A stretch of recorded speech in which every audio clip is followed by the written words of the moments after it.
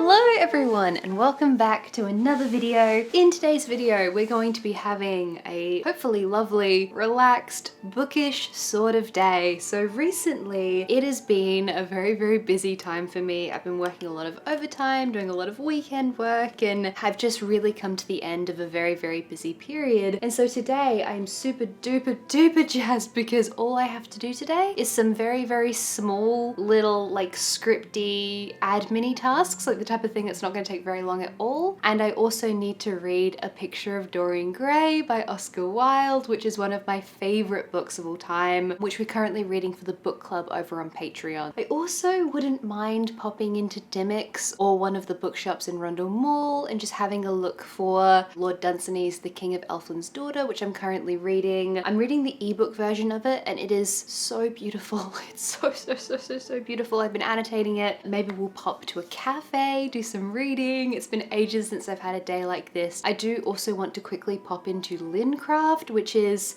a shop that has like material and sewing stuff and wool and knitting supplies. I recently started getting into knitting again. So I used to do knitting when I was a kid. I got some wool the other day. I started teaching myself, but I'd like to get a little bit more like yarn just to practice on. I'm gonna finish my tea, finish getting ready, grab my bag, and then we can head out, go to the bookstore, go to the craft supplies store, go read Dorian Gray. It's gonna be a lovely day.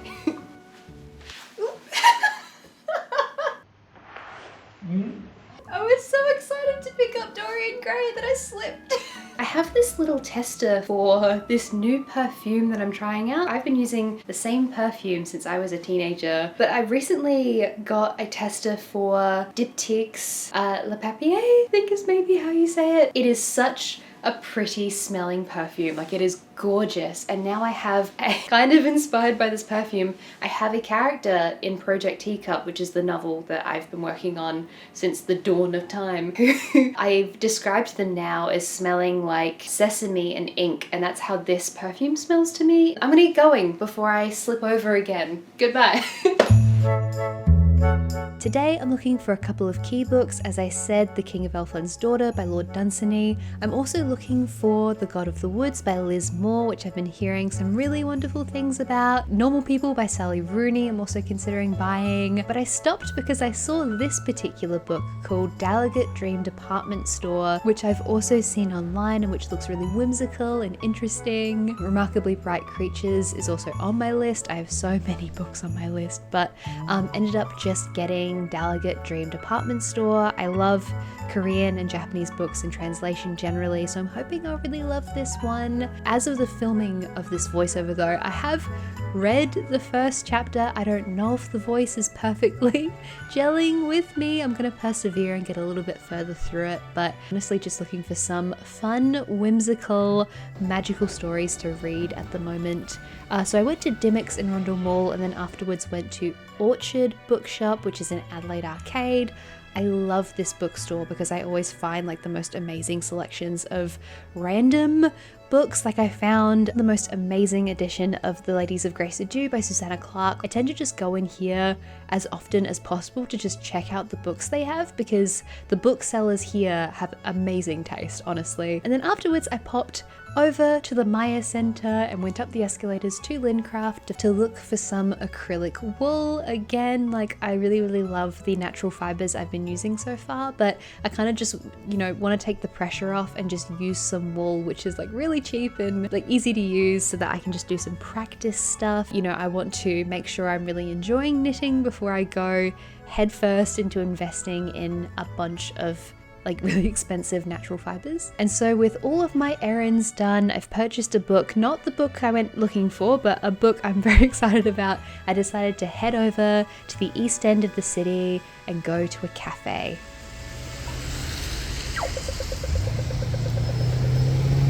It is currently raining just a little bit. I'm very glad that I thought to bring my umbrella in the end. I'm now walking to Muscovado, which is a cafe that I've gone to so many times in vlogs. It's probably my favourite cafe in the whole of the city. If you're coming to Adelaide on a holiday and you only have time to go one patisserie, I definitely recommend it. I'm tossing up whether I read Dorian Gray, which is the book I need to read, or if I start reading the book that I bought. I'm walking past a classroom, I need to stop vlogging. Hopefully they have some inside seating, because their outside seating is probably going to be pretty wet from the rain. So fingers crossed I can find a seat there and get something nice. So I was kind of tossing up which book to start reading at Muscovado, Dorian Gray or Delicate Dream Department Store, and I ended up settling on Dorian Gray. I believe that this is maybe my 6th time reading this book, and every time I read it I pick up on something new. This time around I was particularly enjoying the foreshadowing and the subtext of the characters' dialogue. Henry, for example, he's the corrupting force. He's one of the reasons why Dorian Gray goes down the path that he goes down, and Henry himself is actually really insecure. He doesn't believe a lot of what he's saying, but he wants to be worshipped for his intelligence and his witticisms, and I find his dialogue incredibly fun. Like, I love the character of Henry and totally understand that he is a terrible person. So it's been really fun with the book club talking to everyone about how they're finding the story, because a lot of people are really despising Henry, which I find fascinating because I love him and I know that he is such a bad person, but I find his characterization and his dialogue really fun, and that was one of the things I was really enjoying this time around, you know, really digging into the subtext of his dialogue, understanding that, you know, so much of what he's doing as a character is a performance. He's performing for this role, and Dorian is not emotionally intelligent enough to pick up on this subtext. We are all home now. Managed to get a book. I did not get the book that I intended to get. So originally I was considering getting The God of the Woods, which is a story set in the 1960s, I believe. A boy goes missing, a crime happens, something, mystery elements, historical. Lots of people have loved this book, and so I'm really interested in checking it out. However, instead, I ended up getting this book. Where is it? Delicate Dream Department Store by Mie Lee, which is translated from the Korean by Sandy Joo-sun Lee. So in a mysterious town hidden in our collective subconscious, there's a department store that sells dreams. Day and night visitors, both human and animal, shuffle in to purchase their latest adventure. Each floor specializes in a specific type of dream: childhood memories, ice skating, dreams of stardom, your crush. Flying dreams are almost always sold out. Dreams of your favorite food make you feel like you can almost taste it. Join Penny, an enthusiastic new hire, as she uncovers the workings of this whimsical world and bonds with a cast of unforgettable characters. I think that sounds so incredibly cool, very whimsical, very magical, exactly the type of thing I've been looking for recently. I've been trying so hard to find the next fantasy novel that I'm gonna really, really love, and every single adult fantasy that I've been picking up recently has just like not hit the mark at all, and it's been so disappointing. Like, I was really hoping The Familiar by Leigh Bardugo would be that for me, but that book I think I ended up giving like 3 stars-ish. Maybe I gave it like a low 4. We also got some wool so I can do some practice knitting here. This was like $2 for this whole thing of wool. I'm going to finish reading The Picture of Dorian Gray. It's a very short book. It's only like 241 pages, so it's a very, very short book, and when you've read it so many times before, it's not like you have to work super duper hard to comprehend everything, because you already know everything that's going to happen. I'm breezing through it and it is a delight of a time. I'm going to keep reading this and then I'm going to grab some lunch at some point. I ended up actually going back and grabbing some of my tabs and tabbing a number of passages in preparation for the book review I'm going to be doing for this book over on Patreon. I love doing these book reviews, honestly, because book reviews aren't something I really do on my channel anymore. Like, I don't do these big deep dives into specific novels because it's not the direction that my channel has gone in. It was something that I used to do a number of years ago, and it's not something that tends to appeal to people anymore, which is really interesting. But over on Patreon, I get the opportunity to actually just do like 20-minute super in-depth deep dives on like a book every single month, and it's especially joyful when it's one of my favorite books of all time, because if it's a book like The Picture of Dorian Gray, which I have read so many times, you know, I've read so many books on Oscar Wilde's life, I know so much about Gothic as a genre, fin de siècle, for the like end of the century artists. So much about this book and the context surrounding it I've absolutely nerded out about, so it's just joyful for me to film book reviews like this. I ended up cooking this thing for lunch that I made, which was kind of inspired by this Doria. This sounds a bit like Dorian, but Doria I had in Kumamoto one time. It was like a kind of sweet potato and chicken Doria, and Doria is kind of like Japanese Italian fusion. It's basically pasta bake but with rice instead of pasta, and this thing that I ate was so incredibly good, so kind of inspired by that I made a kind of sweet potato chicken rice thing that kind of had a gyudon type sauce. So basically soy sauce, sugar, mirin, a little bit of rice wine vinegar because I didn't have any dashi stock on hand, and I also just roasted the sweet potato because I felt like maybe that would help with the flavor. I don't know, I did my best. It was delicious though, and I really enjoyed it. But yeah, I had my lunch. It was very good. I finished reading Dorian Gray, and God, I love this book so much. Like if I just want to read a really beautiful book in one day, Dorian Gray is always the book I tend to gravitate towards. I'll just pick it up, read certain passages. It is like one of those heart books that just fills me with a lot of joy. The quotes are great. Yes, really looking forward to doing my little deep dive into Dorian Gray, which I'm going to be doing very soon. So that should be up on Patreon. Actually, maybe the day after this video goes live. It should be. That's the last day of the month. So fingers crossed I get that done. It is now starting to rain again. It's getting a little bit stormy outside, which is adding to the cozy vibe here. I really appreciate it. I finished reading The Picture of Dorian Gray and I loved it. God, the book, I keep calling it A Picture of Dorian Gray. I should say that I know that's incorrect, but when my brain gets stuck on saying something the wrong way the first time, I just find it really hard to shake. So it is The Picture of Dorian Gray, not A Picture of Dorian Gray. But anyway, finished reading it, loved it, amazing. I'm super excited to film the review for that. I'm very excited to film that on Monday. Speaking of Patreon, I now have a few little admin-y things to do. Literally the main one I need to do is just start writing some notes for what I'm going to be filming on Monday. As a person who can struggle a little bit with concentration and getting going on difficult tasks and all this kind of thing, I found that the most important thing that I can do to help me later on is just to get started on a task. As soon as I've done the very easy early bits of a new project, so like little project like a video that I'm making, if I've just done like the early notes, it makes it a lot easier for me to pick back up the task because it feels like I'm not starting from scratch, if that makes sense. So my process here is that I use Google Docs for planning when it's related to content work, but I always use Word when it's related to writing stuff. I will sometimes use Google Docs for non-fiction writing stuff, but my fiction writing stuff is always MS Word or the Notes app on my phone. For some reason, I need to have these things in different places. So I've got this video I'm making on Monday.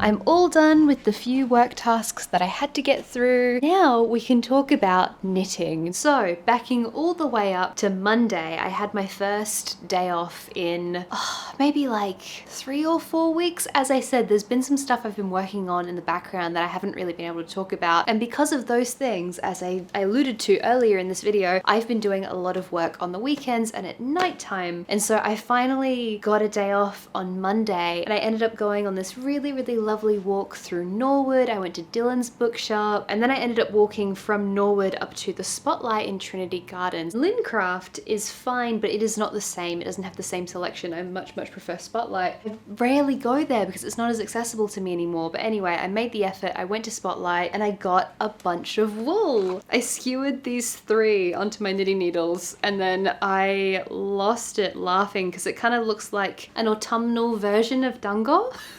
I learned how to knit originally around like age 9 or 10. I always used acrylic. And I thought that, you know, if I'm gonna go to the effort of actually making stuff, I want it to last, I want it to be really beautiful quality, I want it to be warm, and so I wanted to invest in proper wool. However, obviously, natural fibers are gonna cost a lot more money. So if I'm doing practice stuff, I'd rather do that on just acrylic. And I ended up buying this pattern because I saw this jumper that I really wanted to knit, which is kind of what kicked off this whole thing. I saw a jumper and I was like, oh my god, I want to knit that jumper. Bought the pattern online. It was like a $2 like PDF. Opened it up and realized that I have no idea how to read a knitting pattern. I've made clothes before. I did a TAFE course in fashion design when I was in high school. So one day a week I took a train into the city and I went to like a vocational education training course. I did sewing. I used an industrial sewing machine. So I know how to read a sewing pattern. I know how to sew. I've never read a wool pattern before. I didn't realize, like, opening it, that it was just gonna be like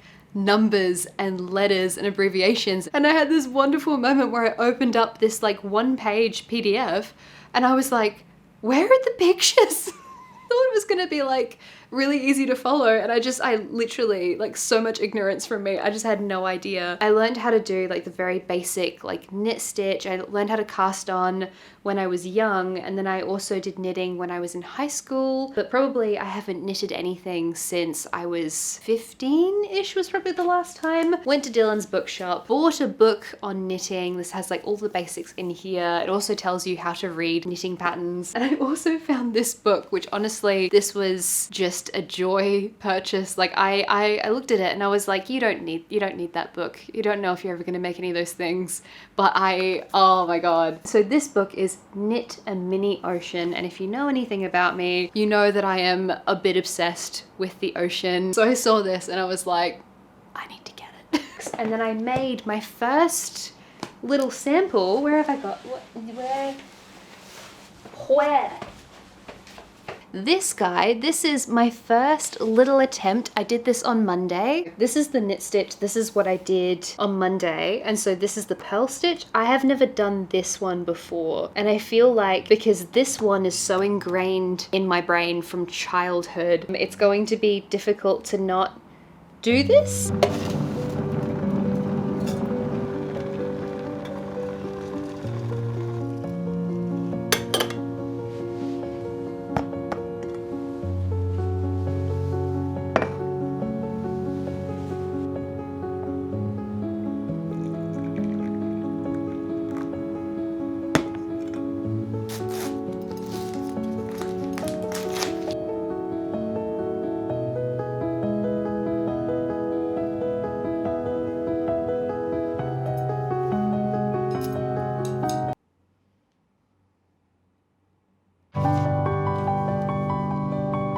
It has only been 4 days and I've forgotten everything that I relearned on Monday. I just did a slip knot onto the knitting needle. I didn't actually know that that came from knitting. Isn't it a metal band from Iowa? So how do we cast on? It was something... This is such a segue, I'm already getting distracted. But you know, reading manga has really ruined me for like looking at any kind of comic, graphic novel. I now, because of reading Japanese manga, I always read right to left. And this is what happens when you've read 1,000 chapters of One Piece. Ah! I wasn't far away. Okay, okay. So around the thumb. Around and through. Okay. Oof, these are not super neat though. Alright, now to learn the purl stitch. The purl stitch is a little bit more difficult than knit stitch, but like knit stitch, it becomes effortless after a little practice. Once you are a seasoned knitter, you will feel as if your hands would know how to work these basic stitches in your sleep. Work your first purl row after you have cast on, knitted a few rows of garter stitch. What the fuck is garter stitch? A, B, C, D, E, F, garter stitch. Working in knit stitches on every row, whichever side of the knitting is facing you, produces thick fabric, which is identical on both sides. Working in knit stitches on every row. What does that mean? This is supposed to be fun and relaxing. Fuck it, we're using a YouTube video. Purl stitch. The purl stitch is the second most important stitch in knitting. And go into this first stitch. Yarn in front of the needle. Needle goes in the top way. This is not good, this is not good. Right needle from the back to the front, just like that, okay? From the top to the bottom, and the yarn is in front.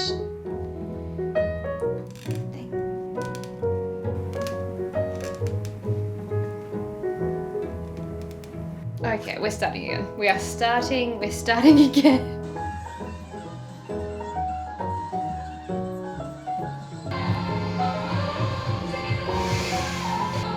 Why is this so hard? This is so difficult. I don't want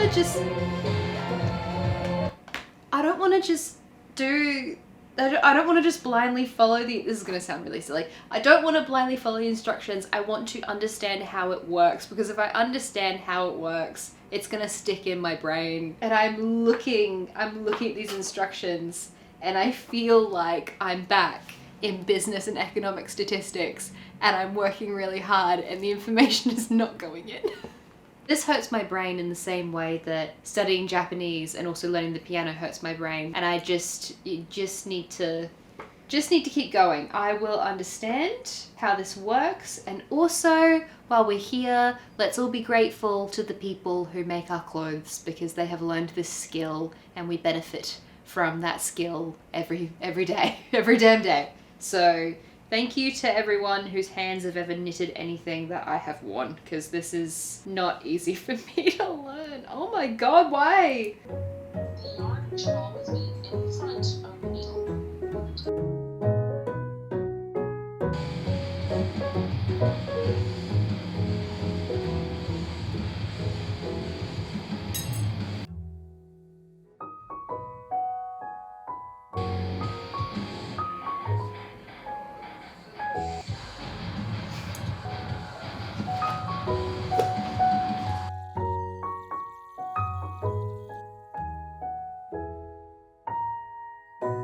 It is definitely me. It's definitely how I'm holding the wool. Every time I get to the end of the first line of stitches, the wool is so incredibly tight that I can't fit the knitting needle in.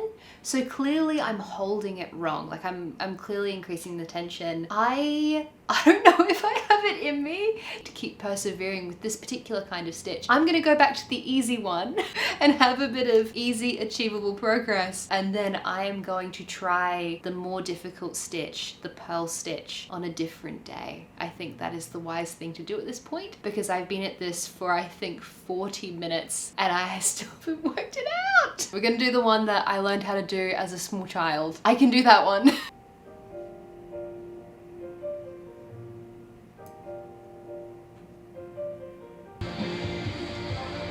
This one is much easier, I'm happy to say. It is now a few days later. I wanted to show you what I did in terms of my knitting. It wasn't very impressive. I ended up really only doing this much, but here's the thing. I also made headway on learning the first little bits of the purl stitch. I was reasonably patient.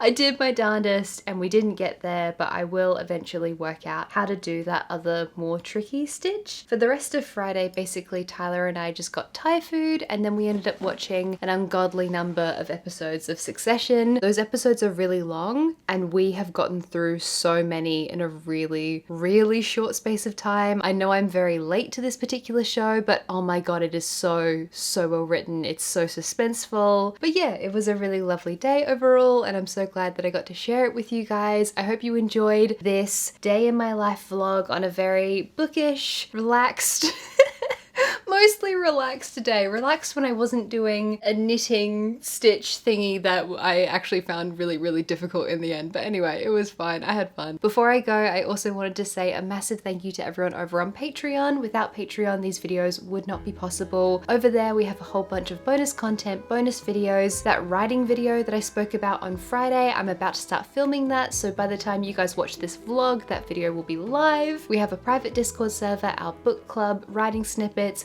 bonus little updates, lots of things over on Patreon. So if you want to support my work and get some bonus content from me, please feel free to check out Patreon. There is a link in the description down below. Take care everyone, and I will see you next time. Bye bye.